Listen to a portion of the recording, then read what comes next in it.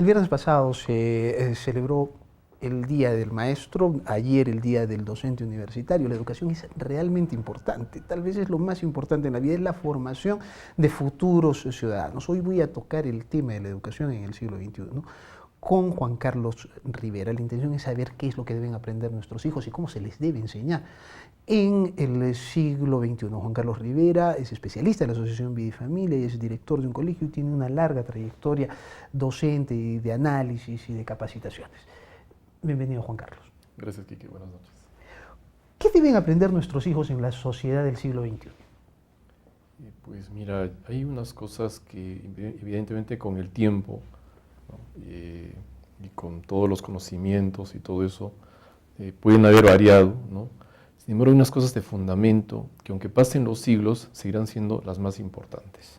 Es decir, todo el tema de formar a la persona, ¿no?, del desarrollo de su intelecto, pero para que pueda encontrar la verdad y pueda vivir en función de ella, para que sea una persona capaz de mirar lo que es bueno y el bien, y que luego tenga la fuerza de ir a buscarlo, ese bien, que tenga la fortaleza suficiente para poder luchar por eso bueno, son cosas que no pueden variar en el tiempo. Tenemos que seguir formando personas que tengan principios en su vida, porque lo que cuando formamos una persona con principios, ¿no?, en el paso del tiempo, en todo su ejercicio profesional y todo eso, se mantendrá de ese modo. Ese es el reto, ¿no? Yo entiendo que actualmente, ¿no?, con las nuevas tecnologías y todo eso, hay cambios en los modelos de enseñar a los muchachos, ¿no? La clase tradicional de hace muchos años, ¿no?, donde el docente transmitía conocimientos y todo eso, obviamente, eso ya está superado en este momento, porque si entendemos que frente a nosotros está una persona que puede alcanzar la verdad formando su intelecto, entonces hay que trabajar el intelecto, ¿no? Es decir, hace unos años se veía mucho lo que eran las estrategias de aprendizaje, ¿no? Yo veo que se van dando nuevos pasos, cuando ya no solo se analiza el modo como vas a ayudar a que aprenda el alumno, sino vas pensando, esta cosa la podría aprender y al mismo tiempo mejorar su desarrollo intelectual. Y para eso hay que seguir unos pasos, ¿no? Hoy hay muchas teorías muy interesantes sobre esos temas, ¿no?, que están llegando a las aulas y que van a hacer mucho bien. Al mismo tiempo sabemos también que por el hecho de las nuevas tecnologías, nuestros alumnos hoy están metidos en ellas. Tienen mucha información, gastan mucho tiempo en las tecnologías y por lo tanto también necesitan dentro del aula unos ambientes más activos, con unas buenas propuestas didácticas, con unas buenas propuestas de actividades. Hay una cuestión que me pareció muy interesante. Durante mucho tiempo nos fijamos en Finlandia, ¿te acuerdas? Como la manera de hacer, pero ahora en el mundo han empezado a surgir en otros países nuevos sistemas. Singapur, por ejemplo, es ahora un caso muy estudiado. Y en Singapur hay un tema que a mí me parece interesante, que tiene que ver con lo que se ha llamado el aula invertida. ¿No es cierto? Ya el profesor no debe ser el profesor, o sea, el modelo de enseñanza ya no es profesor céntrica, sino es un profesor que aprende con los estudiantes. Es más, algunos se atreven a decir que es profesor, estudiantes y padres aprendiendo juntos, ¿no es cierto? Y que eso involucra desaprender las cosas. Entonces, empecé a mirar un poco el asunto, entonces, bueno, suena bonito, pero ¿cómo lo están haciendo? ¿No es cierto? Una de las claves que había hecho Singapur era que hacía con los estudiantes que los ejemplos, las cosas que seguían, las estrategias de investigación para buscar soluciones, no eran a problemas ficticios, sino a problemas reales de su comunidad. Y ellos decían, los especialistas que analizaban todo esto decían, miren, el sistema para hacerlo con un adolescente de 16 años puede ser una y con un niño de 8 años otra, ¿no? Pero el fondo es lo mismo. ¿Estamos caminando hacia eso?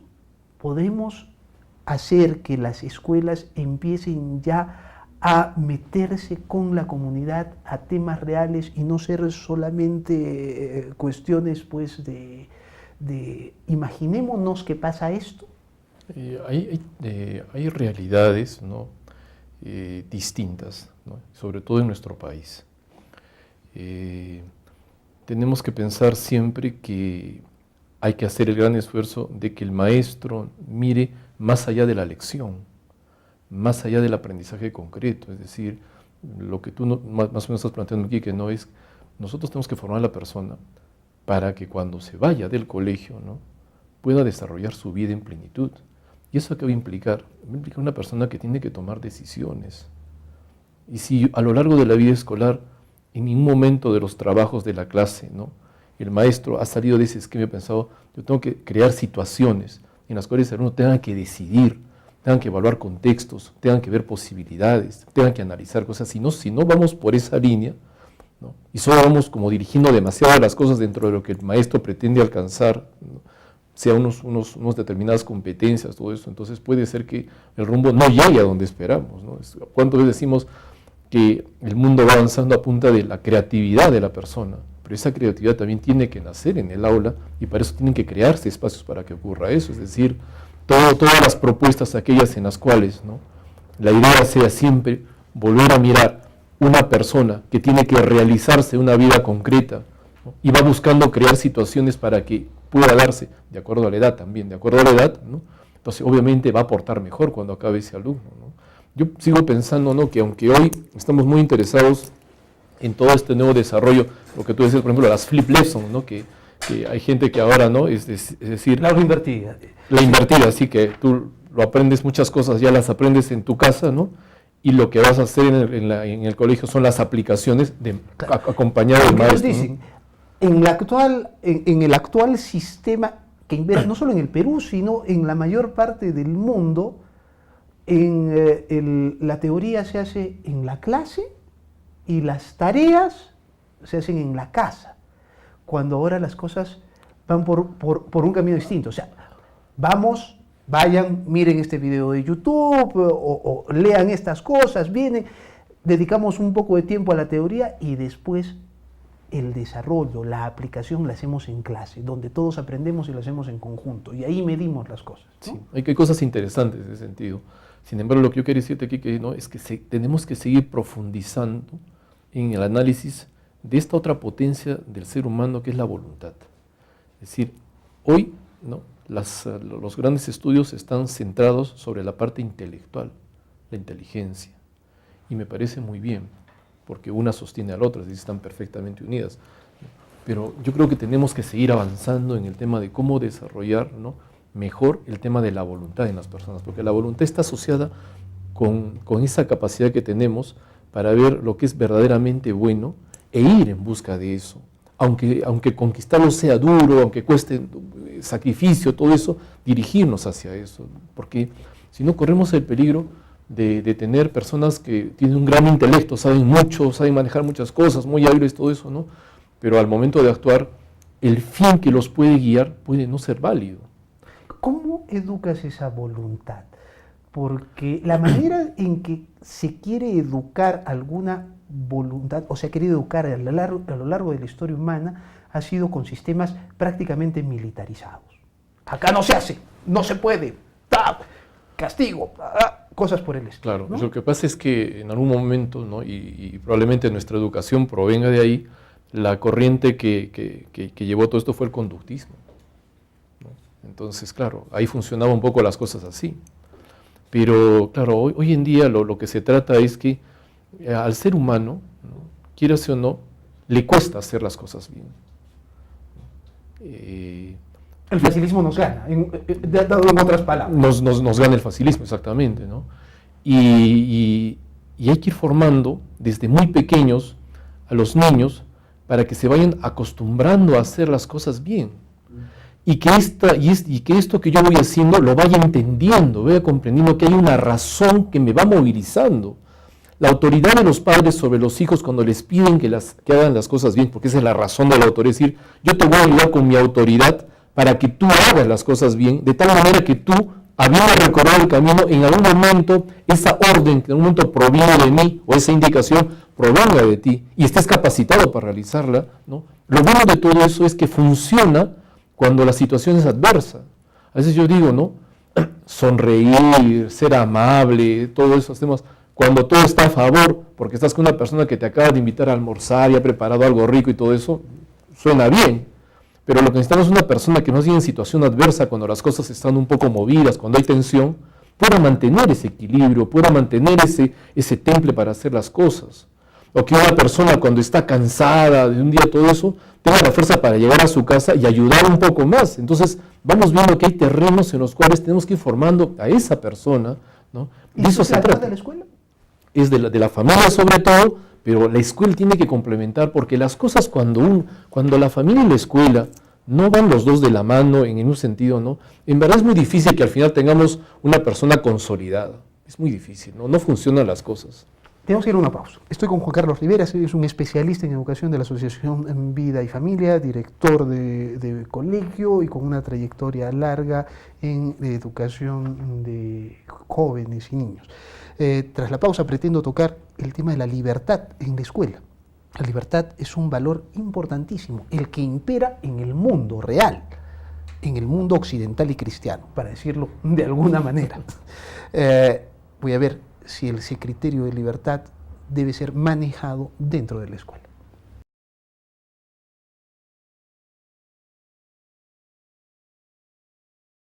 Estamos de regreso en el programa, sigo con Juan Carlos Rivera, especialista en educación de la Asociación Vida y Familia.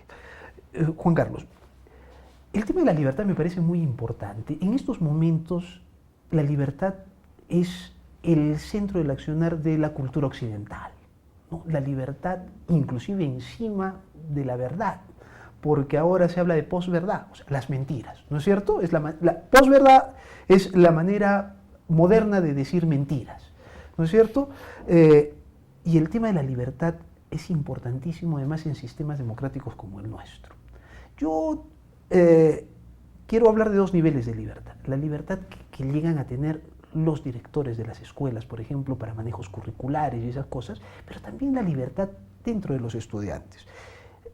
Leía un caso de un estudiante español, donde ya las escuelas son más libres que o sea, con los estudiantes son más libres en las escuelas que, por ejemplo, aquí en América Latina, ¿no es cierto? Ese estudiante se va por intercambio a una escuela y luego lo entrevistan y le dicen, ¿cuál ha sido tu experiencia? Y él dice, me sorprendió la libertad, ¿no? Aquí los estudiantes están más disciplinados y tienen más voluntad, como tú lo decías, que en España, pese a que aquí hay más libertad. Por ejemplo, yo tengo, dice, el celular en Canadá encima de mi escritorio, de su pupitre, de su carpeta, ¿no? Y nadie me dice que no lo debo tener. Y suena. Y soy yo el que decide si esa llamada es tan urgente o no para contestarla o no. Entonces, se ha llegado a un nivel de libertad y de responsabilidad de que el tener el celular encima de la carpeta y poder recibir llamadas en medio de hora de clases no interrumpa el proceso de aprendizaje, por ejemplo. Eso me dejó a mí sorprendido, ¿no? Y que lo dijera un estudiante español de intercambio. Sí. Estamos... Mira, o sea, es un poco lo que tú tienes que decir. O sea, si formamos la voluntad, uno puede decir, y no importa, no interesa. Sí, sí, lo que pasa es que el tema de la libertad, ¿no? Se va conquistando a medida que uno va madurando, ¿no? Porque no solo hablamos, y muchas veces nos concentramos en una libertad libre de frente de una regla determinada, libre de que tenga que seguir esto o lo otro, pero la libertad sobre tiene un gran sentido, una libertad para, ¿no? Una libertad para hacer lo que me corresponde a mí, aquello que me realice, que me lleve a la felicidad, que me lleve a estar bien, y no solo, sino libre también para poder en ese avanzar por la vida, ¿no? Ayudar a otros para que también puedan realizarse y puedan ser. Pero para poder hacer uso de esa libertad, uno tiene que en verdad ir conociendo las cosas, conociendo la realidad, ¿no? Porque si no, no se puede, una de las principales características del hombre libre será que toma decisiones y que se compromete con cosas. Solo el hombre libre puede comprometerse. Solo el hombre libre toma decisiones. Así porque es. En los sectores autoritarios, donde hay realmente autoritarios, hay el facilismo de que yo nunca me equivoco porque hay otros que toman decisiones por mí. Entonces yo no elijo, pues yo no elijo. Entonces, ahí hay un asunto. Sí, ahora, pero lo que quisiéramos es que en verdad este hombre libre tomara decisiones con conocimiento de las cosas, con prudencia en las cosas, porque ¿sabes cuál es el problema, no? Que a veces se toman decisiones sin a veces tener todos los elementos suficientes para decidir. Y para bien o para mal, las decisiones del ser humano traen consecuencias. Es decir, yo no simplemente tomo una decisión, ¿no? Y si está equivocada, no pasó nada. Sí pasa. Ahora, dentro del aula, por ejemplo, en este sistema de clase invertida, una de las cosas que dicen es que en la actual escuela, la que rigen todos, lo que se evalúa es el grado de acierto y por lo tanto se castiga el grado de error, lo que quita creatividad y idea de experimentación. Entonces, el tipo de evaluación, dicen ellos, está mal encaminado. No saben cuánto daño se hacen a niños y a jóvenes que después llegan a momentos en su vida en que tienen terror a equivocarse, entonces no intervienen, no quieren decidir, no quieren experimentar, no quieren investigar. ¿Por qué evaluamos, por qué castigamos el error? Bueno, indudablemente tampoco no lo podemos alentar el error, ¿no es cierto? O sea, de algún modo castigarlo tampoco, pero sí pienso que hay un equilibrio al momento de evaluar entre las cosas que la persona... O sea, ¿debe haber o hay en la escuela? Pero no estamos hablando de casos específicos, de colegios élite, de cosas, sino del sistema peruano. Bueno, yo creo que una de las cosas que debería, en un supuesto, ocurrir en todo salón de clases con un maestro específico, ¿no? Es que el panorama evaluativo no puede solo centrarse en una sola cosa. O sea, la evaluación tiene que ser panorámica. Es decir, cuando un muchacho hace algo y resuelve un problema, vamos a decir, de matemática, ¿no? Yo te aseguro que siempre vas a encontrar cosas que están bien, ¿no? Y cosas que están equivocadas. Y entonces hay que saber evaluar también para poder encontrar aquellas cosas buenas, ¿no? O sea, decir, hay que superar de algún modo a ese maestro que yo supongo que ya casi no debe ni existir y así lo esperamos, ¿no? Donde lo que busca más bien es que le puso el problema y que el alumno no haya superado y simplemente ve la respuesta final, y si no es la respuesta final todo está anulado, y no busca todo lo que el muchacho ya ha aprendido, desarrolla y manifiesta, y como tú decías, y caminos creativos, caminos nuevos para resolver las cosas, que va ocurriendo en un examen. Cuando tú calificas un examen, te encuentras con unos alumnos que siguen caminos muy interesantes y muy novedosos y válidos. Y que pueden equivocarse al final. ¿No? Y claro, y podría no llegar a la respuesta, pero ese camino que hasta cierto, ¿no? Tiene un valor, y ese valor hay que reconocerlo. Así tiene que funcionar el sistema educativo. O sea, si un chico participa en una clase y todo eso, ¿no? Entonces uno tiene que valorar lo que está participando, orientar su participación, ayudarle a que siga desarrollando. Lo que no puede ocurrir son salones de clases en los cuales, ¿no? Primero, no haya un ambiente que facilite las cosas desde el maestro y desde los compañeros también. Porque hoy en día, ¿no? Pueden desarrollarse ambientes en los salones de clases donde la gente no participa porque hay una serie de movimientos en los compañeros, sonrisas ante tu participación y todo eso, ¿no? Y es que ese ambiente no te ayuda entonces.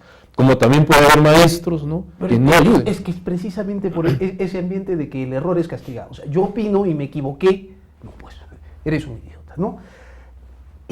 Hay un profesor, se me ha ido el nombre, es profesor del MIT, es una de las personas que impulsa esto de las clases a la inversa, y él decía que el sistema que tenemos es propio del sistema industrializado del siglo XIX, ¿no? O sea, la revolución industrial.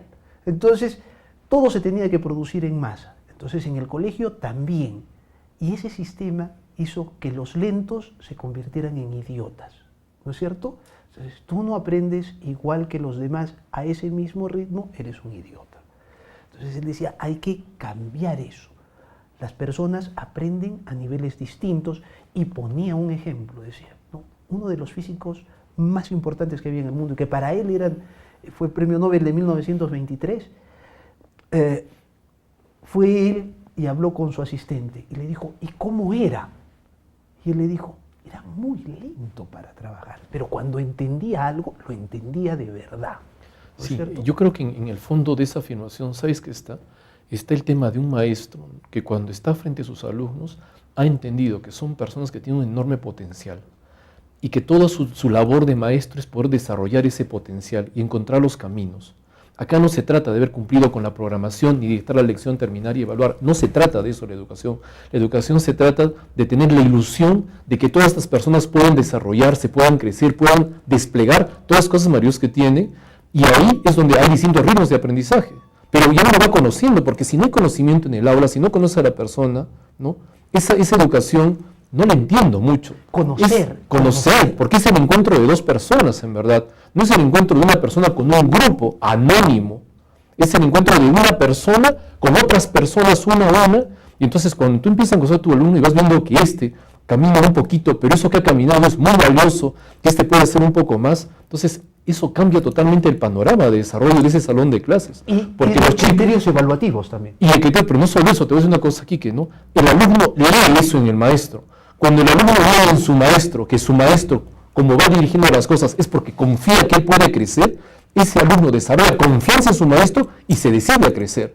Como también está el maestro, que si no hace eso, entonces claro, el chico se inhibe, retrocede. Si no confía en mí, es porque no ha encontrado algo. En cambio, el maestro que confía y lo va viendo en eso, el chico dice, es que él ha visto algo en mí, ¿no? Y ese algo lo tengo que hacer crecer y desarrollar, ¿no? Ese es un núcleo, creo, importante en el salón de clases, Quique. Juan Carlos, muchas gracias. Oye, Quique.